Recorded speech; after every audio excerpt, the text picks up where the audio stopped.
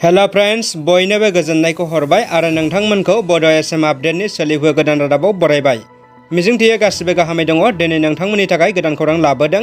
नोंथांमोना गुसुं समावनो गासै रादाबखौ मिथिनो हागोन। अन्नानै भिडिअखौ जोबजासे नाय। फैदो लोगोफोर बिदिबा दिनैनि रादाबाव। गिबि रादाबाव दङ गोग्गाथाव खौरां। आसामनि साब्रै फोरोंगिरिनि महर मुस्रिया नासानि वेबसाइटआव नुजाथिदों।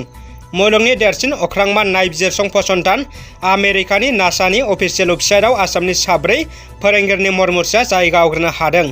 आसामनि साब्रै फोरोंगिरिनि महर मुस्रिया सानखांग्रा महरै नासा वेबसाइटआव ओंखारदों।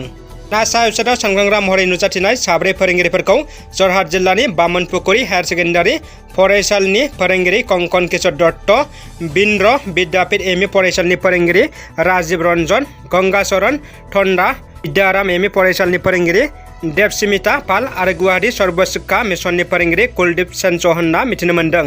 मख'थावनादि आसामनि साब्रै फोरोंगिरिफ्रा नासानि इन्टारनेशनेल एस्टेर'इड सार्च केम्पेइननि हाबाफारियाव बाहागो लादोंमोन। बे हाबाफारियाव बाहागो लानानै जाफुंसार जानो हायो। बेनि उनावनो बिथांमोननि महर मुस्रिया नासानि वेबसाइटआव सानखांग्रा महरै जायगा मोननो हानानै रायजोआव गोजोननाय लाबोदों। नैथि रादाबाव दङ बर' सावथुन मुलुगाव सोमजिदों गोबां गुलुं-गुजुं।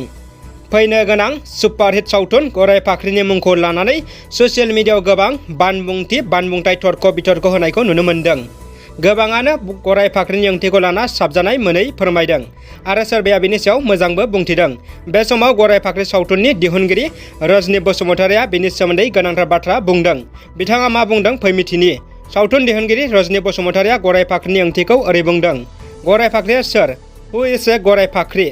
आर गराय फाख्रि एन्ड वेल स्वान्स द सेम एनिमेल्स अर बार्ड्स?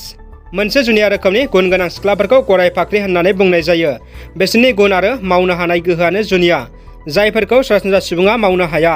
महर मुस्रिया नायनो समायनाजों लोगोसे बिसोरनि साननाय बिजिरनायाबो गुबुन रोखोमनि जायो आरो समाजाव जानाय खायसे इनायनि बेरेखायै बिसोर जेब्लाबो मिथिनो सोंलु सोंनो हांखुर जानानै थायो। गराय फाख्रिया मोगथाङाव दंमारोना गैमारा रावबो मिथिया। खायफा बिमाफोरा फिसाफोरनि समायना महर आरो मिथिनो हांखुर गोसोखौ नुनानै गराय फाख्रि मुङै न'आव गाबज्रिनाय मुं दोनो।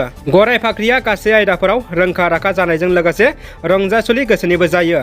बे बाथ्राखौ गराय फाख्रि सावथुननि दिहुनगिरि रजनी बसुमतारिया ससियेल मिडियायाव फोसावदों।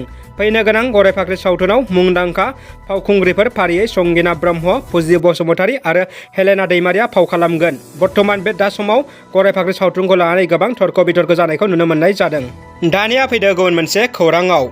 बिटिआर गोदान सोरखारा जौगाथायनि खामानियाव आखाइ होनायखौ नुदों। तिहुडुमनि लामाखौ जौगानायनि थांखिजों बेखेवदों बिटिआरनि मावफुंगिरि सोद्रोमा मानगोनां राकेश ब्रह्मआ। बिटिआरखौ आगानसे जौगाथाय होनाय थांखिजों बाक्सा जिल्लानि बिटिसि 23 नं देहेरा बियामनि सिङाव थानाय अहबा गामिनि तिहुडिमनि थांनाय पिडब्लिउडि लामाखौ जौगाहोनायनि थांखिजों आसाम सोरखारनि गुडविल प्रजेक्टनि जोहै मावफुंनो थाखाय अन्थाइ खाम्फाखौ बेखेवना होयो बिटिसिनि मावफुंगिरि सोद्रोमा राकेश ब्रह्मआ। लामानि खामानिखौ मावफुंनो थाखाय अन्थाइ खाम्फाखौ बेखेवखांनायनि उनाव मावफुंगिरि सोद्रोमा राकेश ब्रह्मआ बुंथियोदि बिटिआर हालामनि मानसावगारिया थाबैनो सोलायगोन होननानै। दा रायजो राजाफोरनि मोजांनि थाखाय जौगानायनि खामानिफोरखौ प्रमद बर' दैदेननाय बिटिसि खुंथाया मावफुंनानै रायजो राजाफोरनि थांलाय फैलाय हान्था मेलानि सुबिदाखौ खालामजोबगोन। नाथाय बेखौ जाफुंसार होनायाव सम नांगोन होननानैबो बुंनायजों लोगोसे रायजो राजाफोरा नेनांगोन होननानैबो रोखा बुंथियो मानगोनां बिथां मावफुं सोद्रोमा राकेश ब्रह्म बिथाङा। दानिया फैदो आसामनि कर'नानि आपडेटआव। हादोरसायाव थांनाय सानसेनि गेजेराव सा 3386 सुबुङा कर'ना जिउसाजों गाग्लोबजादों होनना सावस्रि बिफाना फोसावदों। हादोरसायाव कर'ना जिउसानि गाग्लोबनायखौ दासान्दि सानफा एफा बांलाय खमायलाय जानायखौ नुनो मोन्दों। हादोरसायाव थांनाय सानसेनि गेजेराव सा 3386 सुबुंनि देहायाव कर'ना जिउसाया गाग्लोबदों आरो बेनिनो सा 36 कर'ना बेरामनि जिउ खहा जानानै थांदों। मख'थावनादि हादोरसायाव थांनाय सानसेनि गेजेराव 1,30,053 कर'ना टेस्ट खालामनाय जादोंमोन। बेनि गेजेराव सा 3386 सुबुंनि देहायाव कर'ना जिउसा मोननाय जादों। लोगोसे कामरुप मेट्र' जिल्लानिफ्राय थांनाय सानसेनि गेजेराव सा 128 सुबुंनि देहायाव कर'ना जिउसा मोननाय जायो। हादोरसायाव कर'ना जिउसानिफ्राय उदां मोननायाबो 90.70% जाहैबाय। बङाइगाव पुलिसनि जाफुंसारनाय नोगोद 4 लाख रांनिबो गोबां रांजों लोगोसे सा 6 जुवारिफोरखौ हमदों। बङाइगाव जिल्लानि उत्तर सारमारा पुलिस थानानि बेन्दोङाव थानाय जगिगप्पा फेमिलि रेस्टुरेन्टआव जुवानि आड्डा सोलिबाय थानाय खौरां मोननानै थांनाय हराव मोनसे सिग्रोमनाय हाबाफारि जानानै थाङो। बङाइगाव जिल्लानि उत्तर सारमारा पुलिस थानानि बिबानगिरि निकुमनि दासनि दैदेननायाव जगिगप्पानि गंसे फेमिलि रेस्टुरेन्टआव मोनसे सिग्रोमनाय हाबाफारिनि गेजेरजों नोगोद 4,53,890 रांजों लोगोसे सा 6 जुआरिफोरखौ हमनो हादों। सा 6 जुआरिफोरनि मुंखौ शहीदुल हक, देलबार हुसैन, शफिकुल इस्लाम, गनिरुद्दिन आहमेद, मुफिजुद्दिन आहमेद आरो गौतम ताती होनना सिनायथि होदों। मख'थावनादि सा 6 जुआरिफोरनि गेजेराव पुलिस बिफाननि सासे मावथि आरो सावस्रि बिफाननि सासे मावथिबो दङ होनना मिन्थिनो मोन्दों।